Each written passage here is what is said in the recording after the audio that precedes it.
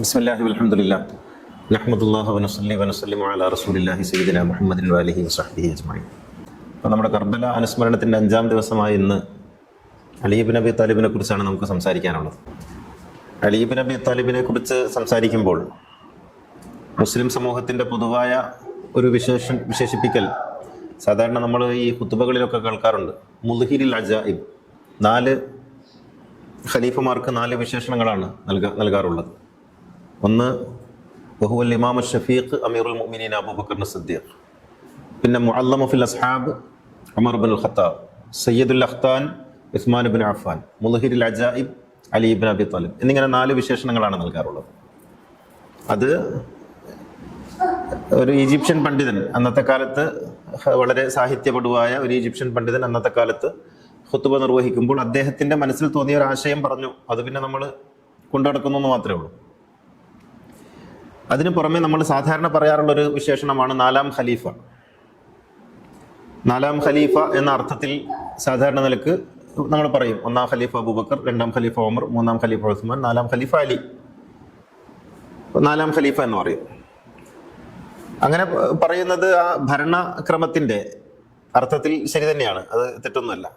പക്ഷെ അതിനപ്പുറത്ത് 4-ാം ഖലീഫയായി മാത്രം പരിഗണിക്കപ്പെടേണ്ട ഒരാളാണോ പ്രവാചക ശിഷ്യന്മാരിൽ അലി എന്നുള്ളതാണ് നമ്മളെ ഉന്നയിക്കുന്ന ചോദ്യം.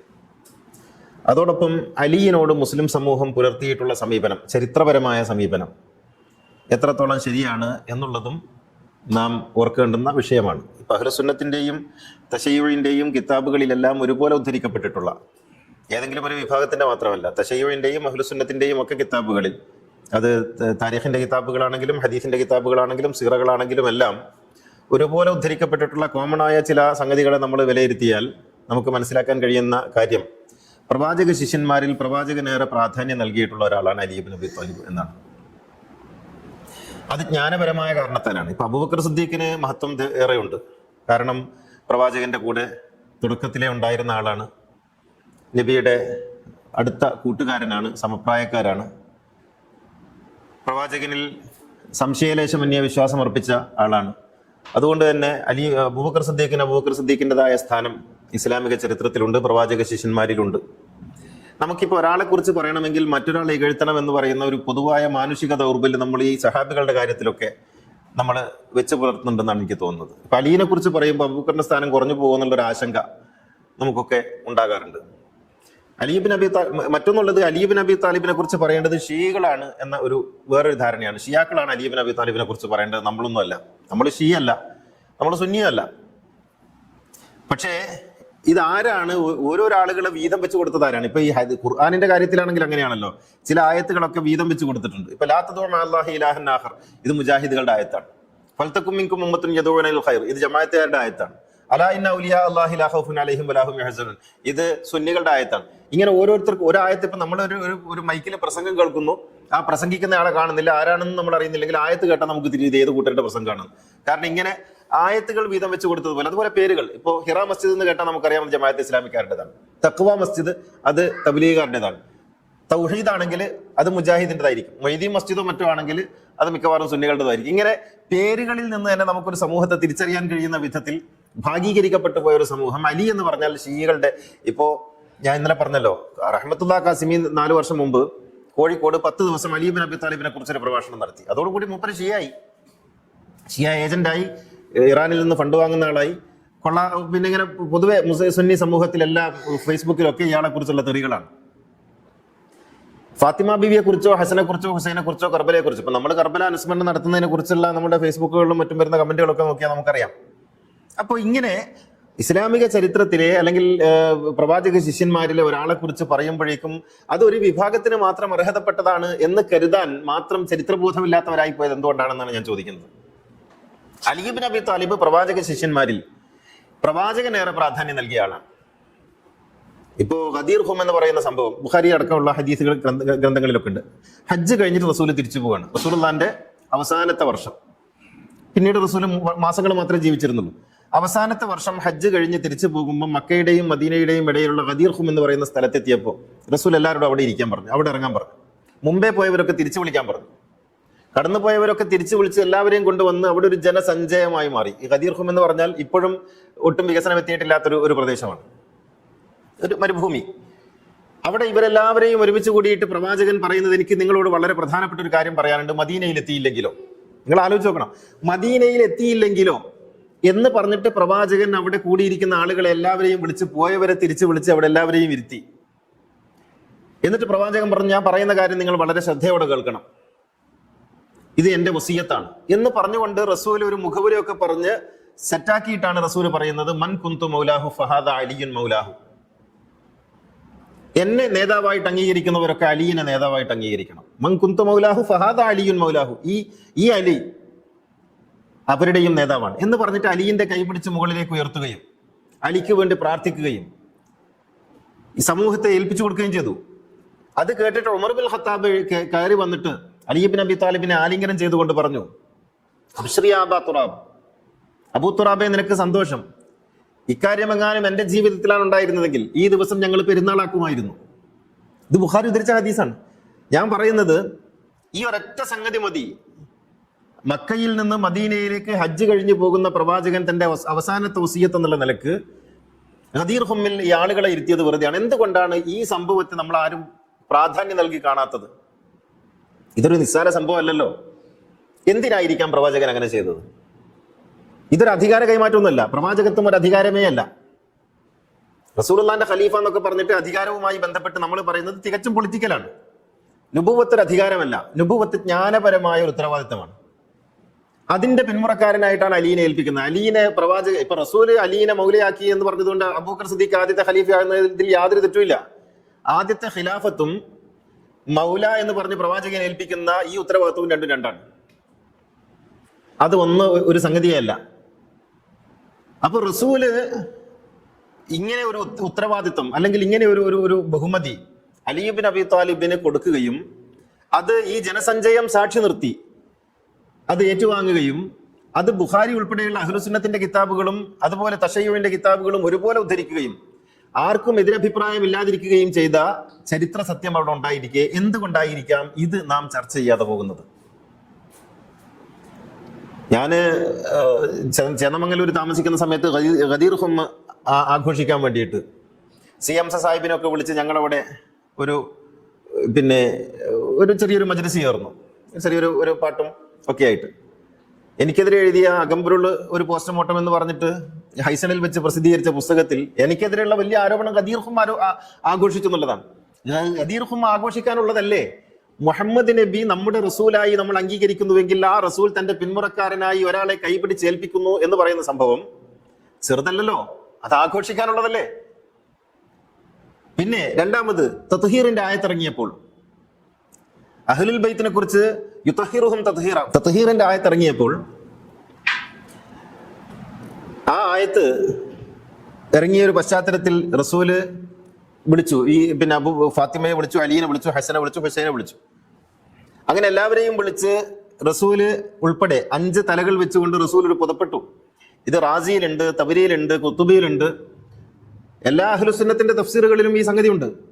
എന്നിട്ട് അള്ളാഹ് പറഞ്ഞു, അല്ലാഹുമ്മ ഹഉലാഇ അഹ്ലു ബൈത്തി, അല്ലാഹുവേ ഇതാണ് എൻ്റെ അഹ്ലു ബൈത്ത്, അല്ലാഹുമ്മ ഹഉലാഇ അഹ്ലു ബൈത്തി, ഇതാണ് എൻ്റെ അഹ്ലു ബൈത്ത് എന്ന് പറഞ്ഞുകൊണ്ട് റസൂല് ഫാത്തിമ ബീവിയെയും അലിയാർ തങ്ങളെയും ഹസനെയും ഹുസൈനെയും പുതപ്പിട്ട് മൂടിയിട്ട്, അതാണ് തത്ഹീറിന്റെ ലിബാസ് എന്ന് പറയുന്നത്, ലിബാസു തത്ഹീർ, അതിനകത്തിരുത്തി റസൂല് എണ്ണിയ ഈ ആളുകൾ.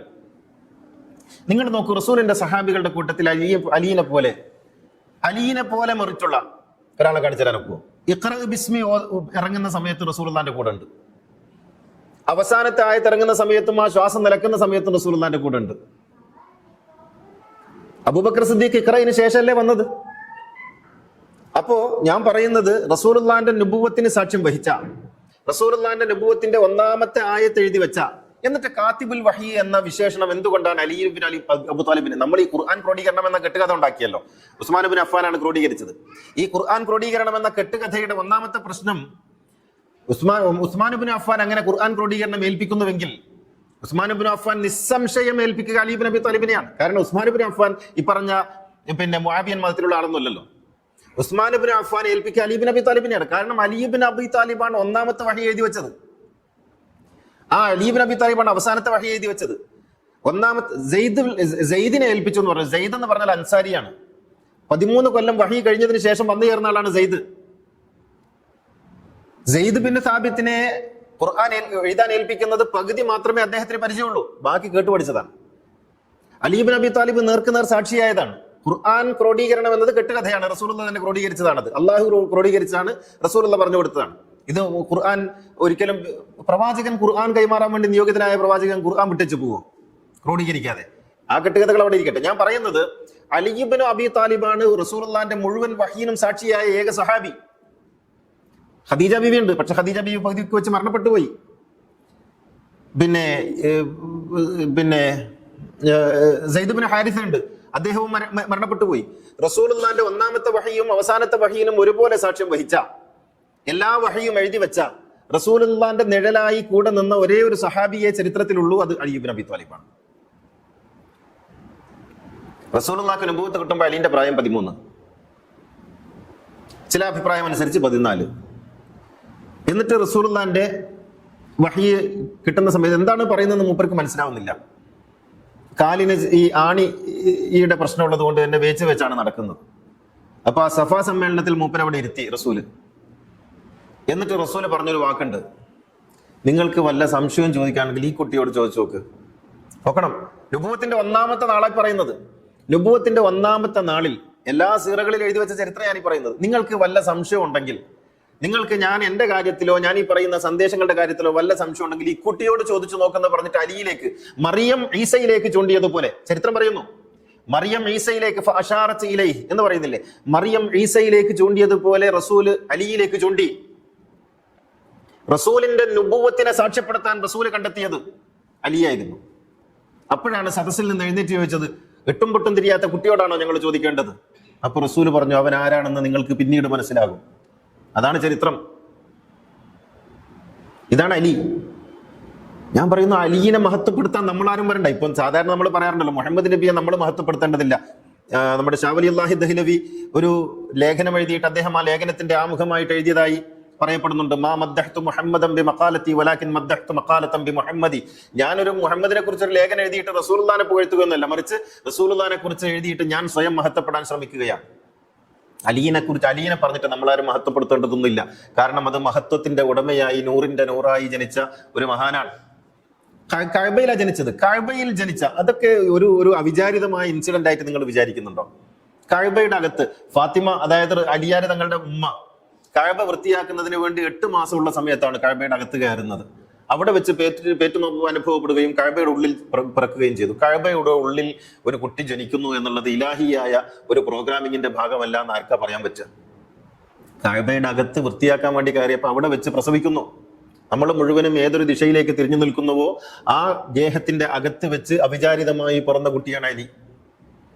എന്ന് വെച്ചാൽ അതിനെ നമുക്കൊരു കേന്ദ്രം എന്ന അർത്ഥത്തിൽ തന്നെ അടയാളപ്പെടുത്താൻ കഴിയില്ലേ? ആ അലീനെ കുറിച്ച് സംസാരിക്കുമ്പോഴും നമ്മളെങ്ങനെയാണ് ശരിയായി പോകുന്നത്? ആ അലീനെ കുറിച്ച് സംസാരിക്കുന്ന എങ്ങനെ തെറ്റായി തീരുന്നത്?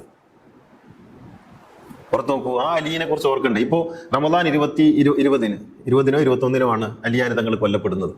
മുഹീദ്ദീൻ ഷെയ്ഖിന്റെ ആണ്ട് കഴിക്കുന്ന, മദ്രസയുടെ വാർഷികം ആഘോഷിക്കുന്ന, ബദരീങ്ങളുടെ ആണ്ട് കഴിക്കുന്ന, ഇവിടെ ഉള്ള എല്ലാ സംഗതികളും കഴിക്കുന്ന ആർക്കും അലി ഇബ്നു അബി ത്വാലിബിന്റെ ഷഹാദത്ത് കടന്നു പോകുന്നത് അറിയില്ല, ആർക്കും അറിയില്ല. ഞാൻ പറയുന്നത് എത്രത്തോളം ഒരു സമൂഹത്തെ, ഒരു കുടുംബത്തെ നമ്മൾ അവഗണിക്കുന്നു എന്നുള്ളതാണ്. അലിയാർ തങ്ങളുടെ ആ സംഗതി നമ്മൾ അറിയാതെ പോകുന്നു. അലിയെ കുറിച്ച് നമ്മൾ എവിടെയും പഠിക്കുന്നില്ല. നമുക്ക് ഉമർ നീതിയുടെ ഒരു ഫേസാണ്, തീർച്ചയായിട്ടും ഉമർ നീതിയുടെ ഫേസാണ്, യാതൊരു തർക്കം അക്കാര്യത്തിലില്ല. എങ്കിൽ അലി ജ്ഞാനത്തിന്റെ കവാടമാണ്. അന മദീനത്തുൽ ഇൽമി വഅലിയുൻ ബാബുഹ. ഇപ്പൊ ആ ഹദീസിനെ കുറിച്ച് ഇലിയാസ് മൗലവിയൊക്കെ പിന്നെ ഒബ്ജക്ട് ചെയ്തു തുടങ്ങി. അങ്ങനെ ഒരു ഹദീസ് ഉണ്ടാകാൻ സാധ്യതയില്ല എന്നാണ് മൂപ്പർ പറയുന്നത്. ഹദീസിന് ബുഖാരിയിൽ റസൂല് കള്ളു കുടിച്ചു എന്ന് ഹദീസ് ഉണ്ടെങ്കിൽ കള്ളു കുടിച്ചു എന്ന് വിശ്വസിക്കൽ നിർബന്ധമാണെന്ന് പറഞ്ഞ അക്ബറിന്റെയും ഇലിയാസ് മൗലവിയുടെയും പുതിയ ഫത്വ അലി ഇബ്നു അബി ത്വാലിബിനെ കുറിച്ച് അങ്ങനെ പറയാൻ സാധ്യതയില്ല എന്നാണ്. ബുഖാരി തന്നെയുള്ള ഹദീസ് ആണെങ്കിൽ പോലും നമ്മൾ മനസ്സിലാക്കണം, ഈ ഇരട്ടത്താപ്പൊക്കെ നമ്മൾ മനസ്സിലാക്കണം. ഞാൻ ആരെങ്കിലും ഒരാളെ കുറ്റം പറയാനല്ല ഞാൻ ഉദ്ദേശിക്കുന്നത്, മറിച്ച് ഈ നമ്മൾ ഈ സമൂഹം, ഈ ഉമ്മത്ത് പുലർത്തുന്ന, അഹ്ലുബൈത്തിനോട് പുലർത്തുന്ന, റസൂലുള്ളാഹിന്റെ കുടുംബത്തോട് പുലർത്തുന്ന, ഫാത്തിമ ബീവിയോടും അലിയാർ തങ്ങളോടും ഹസനോടും ഹുസൈനോടും പുലർത്തുന്ന. ഇന്നലെ പിന്നെ ഞാൻ കർബലയെ കുറിച്ച് നമ്മൾ ഇന്നലെ വെള്ളിയാഴ്ച ഖുത്ബ പറഞ്ഞപ്പോ എനിക്ക് ഇന്നലെ രാത്രി ഒരു ഫോൺ കോൾ വന്നു. ഞാൻ അത്ഭുതപ്പെട്ടു പോയി. മൗലവി എന്താണ് കർബല? നിങ്ങൾ കർബല പറയുന്നത് കേട്ടിട്ട് എനിക്ക് സങ്കടം വന്നു. പക്ഷെ എന്താണ് കർബല എന്ന് എനിക്ക് അറിഞ്ഞൂടാ. ബദറിനെ കുറിച്ച് നമ്മൾ പടപ്പാട്ട് പാടും അല്ലേ? നമ്മൾ ഈ കണ്ട പാട്ടുകളൊക്കെ പാടും. കർബല എന്താണെന്ന് നമുക്ക് അറിഞ്ഞൂടാ. വിളിച്ചത് ഒരുപാട് സംഗതികളൊക്കെ അറിയുന്ന ഒരാളാണ്. കർബല എന്താണെന്ന് അറിയില്ല. ഫാത്തിമ ബിബി എങ്ങനെ കൊല്ലപ്പെട്ടു എന്നറിയില്ല. നമ്മുടെ മദ്രസയിൽ കർബല പഠിപ്പിക്കുന്നില്ലല്ലോ. അലിയാർ തങ്ങളുടെ ഷഹാദത്ത് പഠിപ്പിക്കുന്നില്ലല്ലോ. അപ്പോ ഞാൻ പറയുന്നത്, എന്തുകൊണ്ടാണ് ഈ കുടുംബം ഇങ്ങനെ അവഗണിക്കപ്പെട്ടു പോയത്? ആരുടെ കുടുംബം? റസൂലുള്ളാഹിന്റെ കുടുംബം. നമ്മളെയൊക്കെ ഇങ്ങനെ ഇരിക്കാൻ പ്രാപ്തമാക്കിയ ആ മഹാചൈതന്യത്തിന്റെ കുടുംബത്തെ ഇത്രമേൽ അവഗണിച്ച് പോയിട്ടും ഇപ്പോഴും നമുക്ക് പറയാൻ ധൈര്യമില്ല. ആ കുടുംബത്തോട് ചേർന്ന് നിൽക്കാൻ ധൈര്യമില്ല. ആ കുടുംബത്തെക്കുറിച്ച് ഓർക്കാൻ നമുക്ക് മടിയാണ്, പേടിയാണ് എന്നൊക്കെ പറയുമ്പോഴുണ്ടാകുന്ന പ്രശ്നത്തെക്കുറിച്ച് ആലോചിക്കണം. അത്ര മാത്രമേ ഞാൻ പറയുന്നുള്ളൂ. അപ്പോ അലി ഇബ്നു അബി താലിബിനെ ഒരുപാട് ഞാൻ പല ഖുത്ബകളിലായി പറഞ്ഞ സംഗതി ആയതുകൊണ്ട് ഞാൻ അതൊന്നും ആവർത്തിക്കാത്തത്. അലി ഇബ്നു അബി താലിബ് എന്ന് പറയുന്നത് പ്രവാചകനിലേക്ക് എത്താനുള്ള ഏക വഴിയാണ്. ജ്ഞാനത്തിലേക്ക്, ഞാൻ ജ്ഞാനത്തിന്റെ കാര്യമാണ് പറയുന്നത് കേട്ടോ. റസൂലുള്ളാഹിയിലേക്ക് എത്തിച്ചേരാനുള്ള ഏക ജ്ഞാന വഴി അലി ഇബ്നു അബി താലിബാണ്. അന മദീനത്തുൽ ഇൽമി വ അലിയുൻ ബാബുഹ. എന്നിട്ട് റസൂൽ ഇത്ര കൂടി അത് ആ ഹദീസിൽ ചില റിവായത്തുകളിൽ നമുക്ക് കാണാം, എന്നിലേക്ക് എത്താൻ ശ്രമിക്കുന്നവർ ആ വാതിലിലൂടെ പ്രവേശിക്കട്ടെ എന്ന് പറയുന്നുണ്ട്. ആ വാതിലിലൂടെ പ്രവേശിക്കണം. ഇത് നമുക്ക് എവിടെയും കാണാൻ കഴിയും. നമുക്കിപ്പോ യേശുവിലേക്ക് എത്തണമെങ്കിൽ പത്രോസിലൂടെ പോകണം. ഒരുപാട് ശിഷ്യന്മാരുണ്ട്. മുഹീദ്ദീൻ ഷെയ്ഖിനെ അറിയണമെങ്കിൽ ഗസാലിയിലൂടെ പോകണം. ഒരുപാട് ശിഷ്യന്മാർ മുഹീദ്ദീൻ ഷെയ്ഖിന് വേറെയുണ്ട്. തബ്രീസിയെ കുറിച്ച് അറിയണമെങ്കിൽ റൂമിയിലൂടെ പോകണം. നാരായണ ഗുരുവിനെ കുറിച്ച് അറിയണമെങ്കിൽ നടരാജ ഗുരുവിലൂടെ പോകണം. അങ്ങനെ കഴിയുള്ളൂ. നിങ്ങൾക്ക് പിന്നെ ശ്രീരാമകൃഷ്ണ പരമഹംസരെ കുറിച്ച് അറിയണോ? വിവേകാനന്ദയിലൂടെ പോകണം. ഒരു ഗുരുവിനൊരു ശിഷ്യനുണ്ടാകും. ഒരുപാട് ശിഷ്യന്മാരുടെ കൂട്ടത്തിൽ ഒരാളുണ്ടാകും. ആ ഗുരുവിലേക്കുള്ള ഒരു വഴി, ഗുരുവിലേക്കുള്ള പാത. മുഹമ്മദ് നബിയിലേക്ക് എത്താൻ അലിയാണ് വഴി. അലി മാത്രമേ ഉള്ളൂ എന്നുള്ളതാണ് നമുക്ക് മനസ്സിലാക്കാൻ കഴിയുന്ന വസ്തുത. അപ്പൊ ബാക്കിയുള്ള ശിഷ്യന്മാരൊക്കെ കുറഞ്ഞവരാണ്? ഒരിക്കലും കുറഞ്ഞവരല്ല. പക്ഷെ ജ്ഞാനത്തിന്റെ പൂർണ്ണത ഏതൊരു ബിന്ദുവിൽ പൂർണ്ണമാകുന്നുവോ ആ ബിന്ദുവിന്റെ പേര് അലി എന്നാണ്. അതിലൂടെ നോക്കുമ്പോഴേ മുഹമ്മദ് നബിയുടെ യഥാർത്ഥ ചിത്രം കിട്ടുള്ളൂ. ബാക്കിയുള്ള ഏത് വഴിയിലൂടെ നോക്കിയാലും ഭാഗികമായ ചിത്രങ്ങളാണ് കിട്ടുക. ഇതാണ് വ്യത്യാസം എന്ന് പറയുന്നത്.